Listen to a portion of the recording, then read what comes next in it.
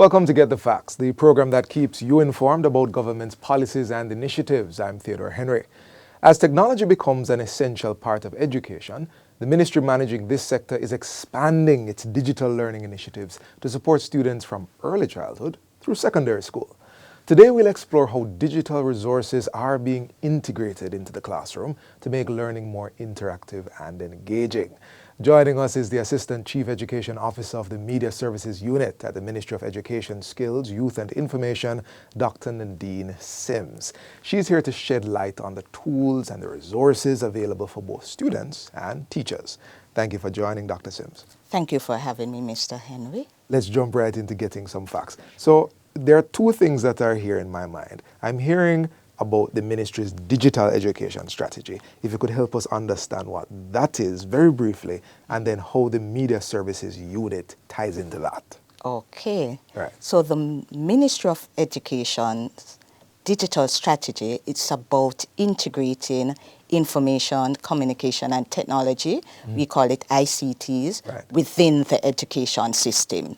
Okay. So ICTs will be used in administration and the teaching and learning, all right, for efficiency, to help with data-driven decision, and to make learning exciting for our students, which, you know, are digital natives. You came alive for that last part. Yes. Make education, learning exciting. Exciting. Yeah. All right, so the Media Services Unit is the media production section within the Ministry of Education. Okay. So our mandate is we're responsible for creating, developing, and sourcing interactive educational resources for our students right across the system. Okay. Right? We are also responsible for accessing, in terms of providing access through our ministry digital library platform, YouTube.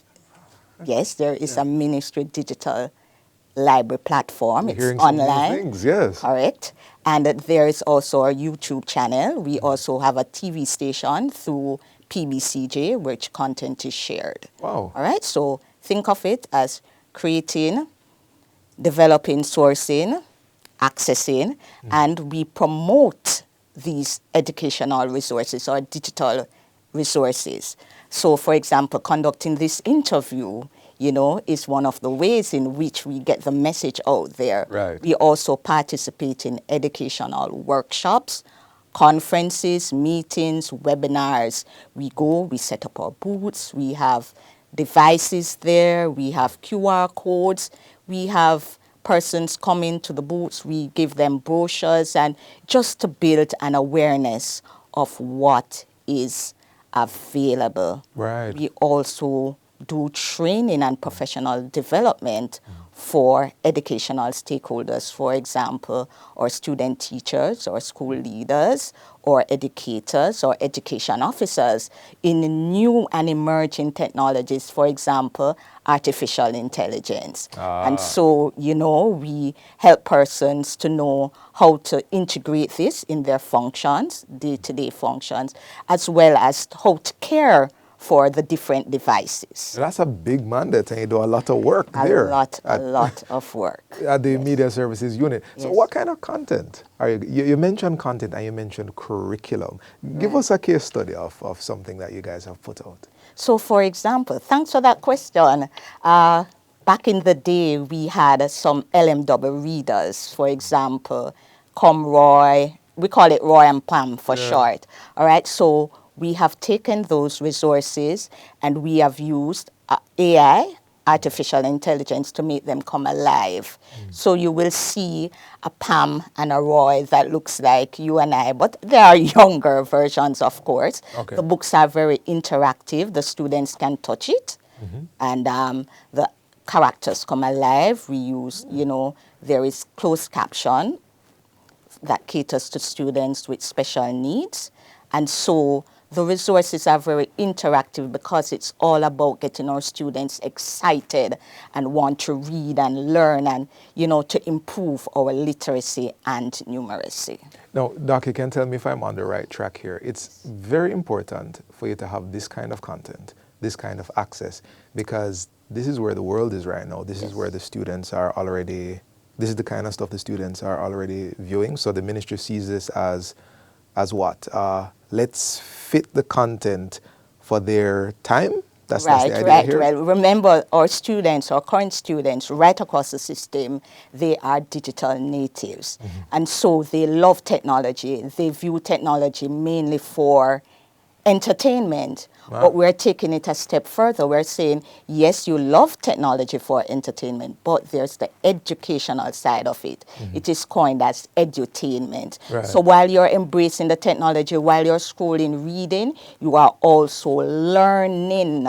So teaching and learning is taking place while they are in this space. Right. And just underlining the word native, they're far more familiar and adroit to the screen with a browser. Right. So putting stuff there, actually, we expect that to lead to better learning outcomes. Yes. Also, with curriculum aligned resources, it reinforces the learning experience. So, for example, you can access the content 24/7. You can do self-paced learning. So, for example, if I was taught something and the content was very difficult, I can go back. Is there a simulation or a video that makes it come alive to me? For example, you're learning about the water cycle or living and non-living things in the environment. You know, the content is there. It shows you how the water cycle operates. For example, there's animation as well. There's the use of color, you know, that appeals to the students. And so, even in our design phase, we take certain theories into consideration. We're going to take a break. We'll have more of this discussion with Assistant Chief Education Officer of the Ministry of Education's Media Services Unit. That's Dr. Nadine Sims when we return. Please stay with us.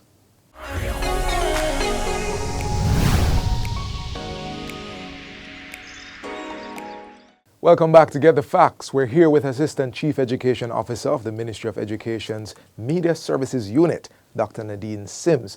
And we've learned about how the education sector is retooling the learning environment with digital tools. Now let's go further with the conversation.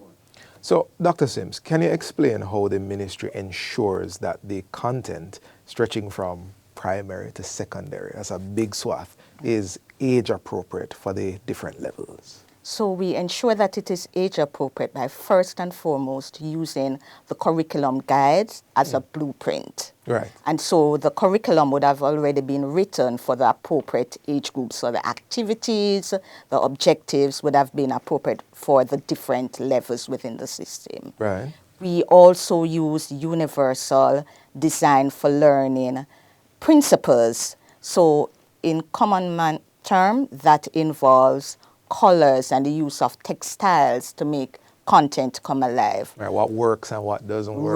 Right. Okay. You have it. I'm getting something. Yes. We also use multiple media learning theories. And in layman's terms, that just involves the length and the depth of content creation. So for a young child, you would not produce a video that is too long. You know, it has to be like bite sizes. Okay. And colors are very important, and how you use the animation for the content to come alive. We also use AI to assist with the characters, voices, songs, etc. We also match talent with the different age groups. So if we're building content for a child, we would use a child's voice. If we're building content for a teenager, we would use a teenager. So those are just some of the principles that we use to make our content age appropriate. Right, shackled to the curriculum, which is already developed. Right, a set and stable thing. Right. So moving on from that, we've heard quite a lot about recent results, CSEC results, CAPE results, PEP not so long ago. One of the things that's often reported on is how math and English literacy is doing. Is there, and I know that some people who are watching will draw a straight line between what you're producing and what they have heard. Yes. What are your expectations for the things coming out of the Media Services Unit, the work you're doing there? How do you expect it to move the needle? for Jamaica? All right. So we expect it to move the needle because currently the Ministry of Education is transforming education for national development. We call it trend. Yes, Right? So we, trend. right. So we're trending as we Upwards. speak. Right, right. And so we're transforming the education landscape. So for example, at grades 1 to 3, the content that is there, we are using it to excite our students to want to read and to learn. With them being excited and wanting to read and learn, they will eventually become self-directed learners. And so you find that, they don't have to wait until they're in the classroom to want to read a book. For example, we also, the technology allows them to be self-paced. So they can access the content 24/7, as well as they can review, repeat the content until learning takes place. Also, our content, we have interactive assessment that caters to multiple intelligences. So for example, if you're spatially intelligent, if the different learning styles, if you're an auditory learner or if you're a visual learner, it appeals to you.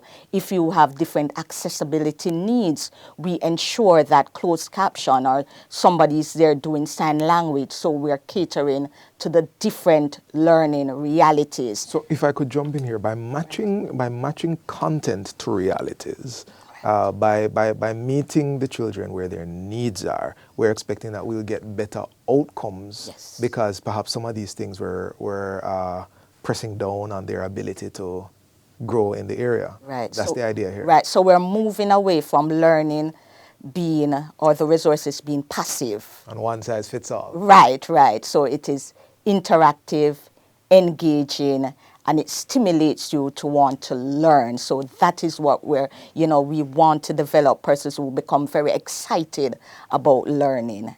And you know that we have an agenda looking at improving numeracy and literacy. Yes. So we're doing everything possible to get our students to be very focused when it comes to accessing content. Excited and focused. Excited and focused, right? So we're almost at the end. You've spoken about what you're doing now. What are the plans for expansion? So we will be investing in software that will assist to improve literacy and numeracy. The software has diagnostic capabilities. So although you and I will be using the same software, your needs may be different from mine. Right. And so the teacher will be informed as to our different needs.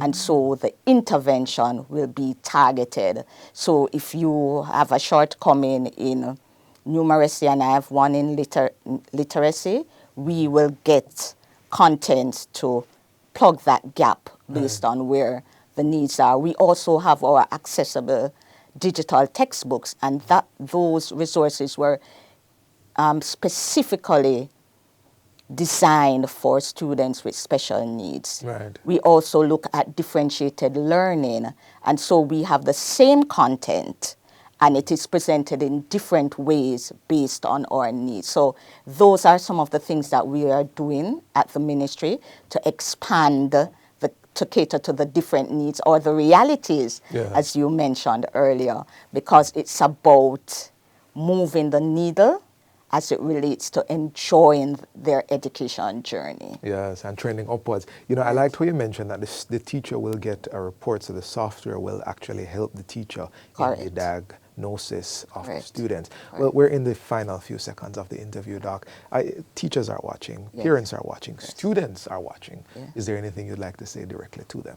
All right, so for our teachers, we're encouraging them to go to the ministry's website to access content, as well as to go to the Book Fusion website, where the Ministry of Education's digital library platform, there is a plethora of resources that's there to help with teaching and learning. For parents, there is the PEP website, which there is our National Standards Curriculum, parent hotlines that they can get information if they need help, and all those resources are there. For the students, we're telling them embrace the e-resources, embrace the e-books, use the phonics charts. And so we're encouraging parents to come and be a part of the journey, just go along with their child and access the resources and see what's there.